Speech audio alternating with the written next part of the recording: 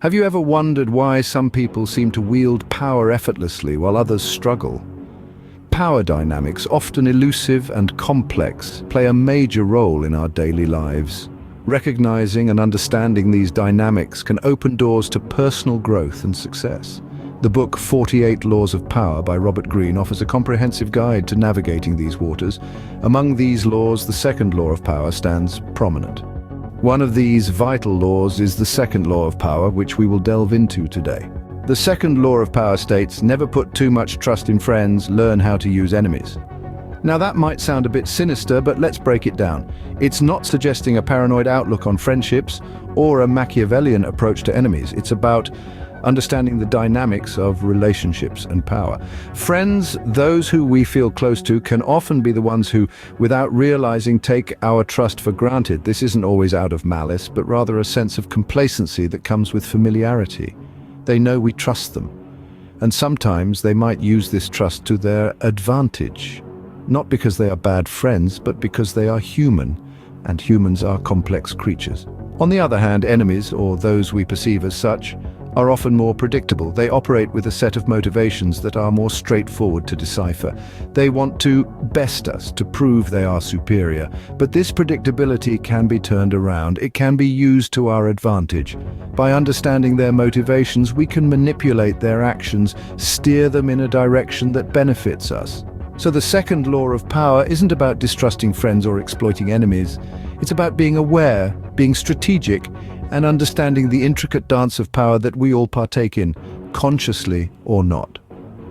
Thus, this law teaches us to be strategic with our relationships, using them to our benefit rather than our downfall. Now, let's dissect the key points of this law. First and foremost, the second law of power cautions us about placing too much trust in friends. This might seem counterintuitive, as friendships are often viewed as sacred bonds of trust and mutual respect. However, this law argues that friends, driven by emotion rather than rationality, might exploit our trust if given the chance. Their intimate knowledge of our strengths and weaknesses, coupled with emotional biases, could potentially lead them to betray us intentionally or not. However, this doesn't mean we should shun friendships. Rather, we should be mindful of the power dynamics within them, maintaining a balance of trust and guardedness. The law doesn't advise us to be distrustful of everyone, but to be aware that even the closest of friends can be swayed by their emotions and personal interests. Secondly, the law encourages us to learn how to use our enemies to our advantage. This point might seem equally puzzling. Why would we want to engage with those who wish us harm?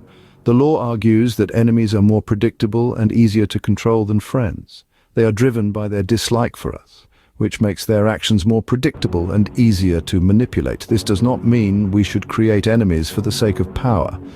Rather, it suggests that if we already have enemies, we should use their predictability to our advantage.